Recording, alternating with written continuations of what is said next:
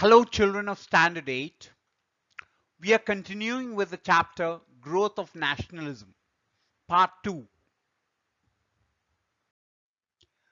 We are going to discuss the American War of Independence. Now, you know that America was once upon a time not the America it was today. It was a British colony. You know, the British owned many colonies in Asia, America, and Africa. Like, for example, India was a colony of Great Britain. So too, America was also a colony of Britain. Now here, we are going to discuss the American War of Independence. The American War of Independence is also known as the American Revolution.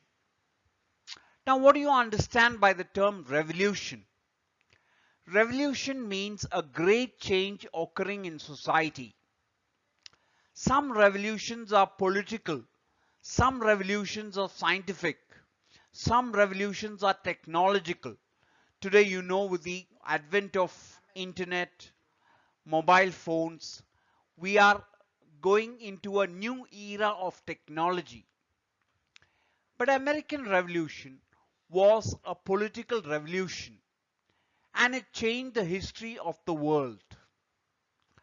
It broke out when George III was the King of England. Now you must know that America at that time was a colony of Great Britain.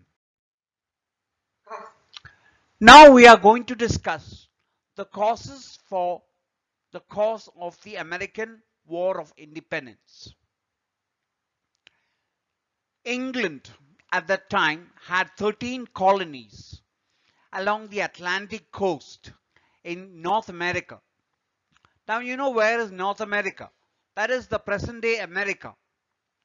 English traders settled there to carry on trade on profitable terms. Many of the traders of England settled in these colonies, and they wanted to have trade which will fetch them some benefit. The colonies were also used as penal settlements. Penal means settlements for prisoners or prisons. Many of the criminals had been banished to these lands. That I told you that penal settlements are prisons for housing criminals. Criminals are wrongdoers of the society.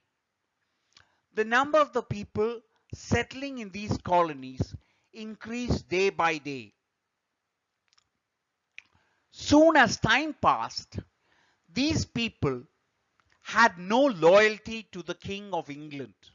Loyalty means showing some devotion or attachment. These people had no devotion or attachment to the King of England. Unsatisfactory governance. Governance means the system of ruling somebody. The system of governance was not satisfactory. The governors or captains were appointed by the king, and they had to follow the instructions or the orders given by the government of England. This went against the interest of the colony dwellers. Now here we have, on the one hand, governors who were nominated by the king or who were appointed by the king, and they were to follow the rules set by the King of England. This was not in tune with the interest. Interest means showing some affection or some duty of the colony dwellers. Problem of legislation and taxation. The American colonies had no representation in the British Parliament. Representation means a way of being members of a particular system. Now it was debated whether the British government had to tax the colonies. A slogan was raised by the colonists: no taxation without representation. So here you have no members of the colonies had representation in the British Parliament. So the colonists wanted some kind of representation, without which they were not willing to be taxed. This was not properly dealt with, and the British government went on taxing the colonies and making laws for them. Economic exploitation. The colonies existed for the benefit of the mother country. You know, when you look at India, India was made a dumping ground of British goods, and Indian goods were taxed heavily. This was the situation in America also. Trade and industry were regulated for the benefit of the British. The British government exploited the colonies in many ways. The colonies could only produce those goods not produced in Britain. The colonies had to receive the goods manufactured in Great Britain. The colonies were not allowed to trade with other countries. To trade with other countries, they had to use British ships.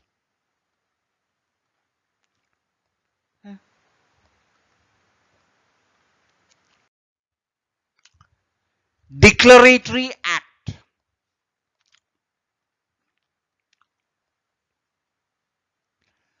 The Declaratory Act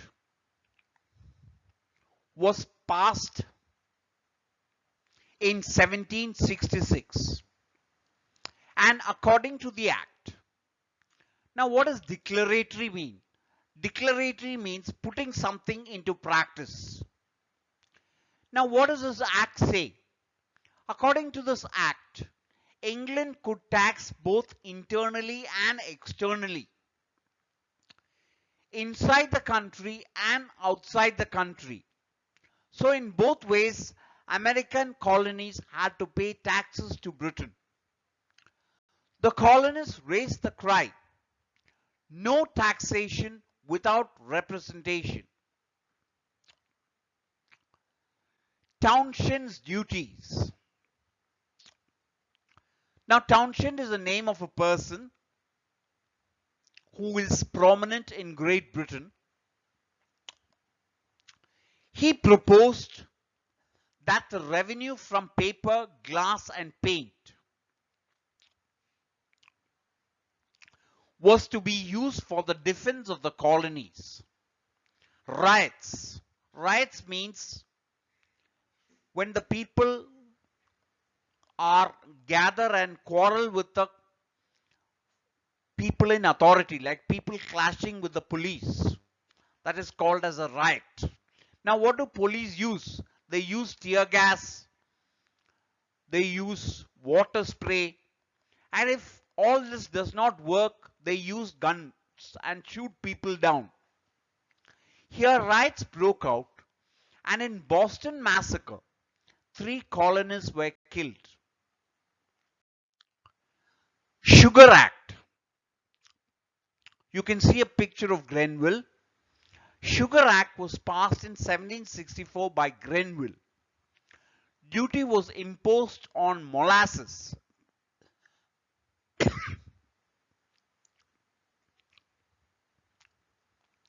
Molasses is a byproduct of sugar and is used for making rum. The colonists could no longer buy sugar from France at cheap rates. Stamp Act. The Stamp Act was also passed in 1765 by Grenville. According to the Act, certain stamps would be required for legal documents. Stamp is a government, you might have seen revenue stamps. Then you might have seen stamps for land deeds. Now suppose you're registering a land. You have to buy a government document. For example, if you're registering a land of say 10 lakhs, you will have to buy a stamp of 50,000 rupees and you have to write your document on it. So you have to pay the government a duty of 50,000 rupees. So now you understand what a stamp is. So the stamp means an additional charge. And for signing legal documents, such stamps are required. I hope that is clear. Withdrawal of duties.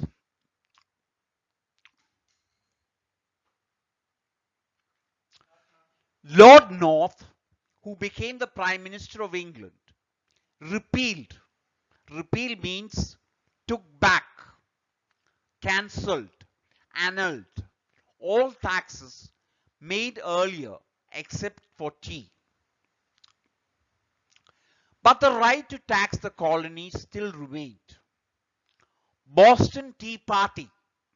That might be very interesting for you because you might wonder, it's not a tea party in the usual sense.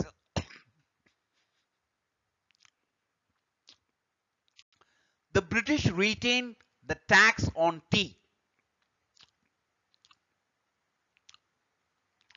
A group of men disguised as Red Indians forced their way into the ships and threw all the crates of tea into the sea. This is known as the Boston Tea Party.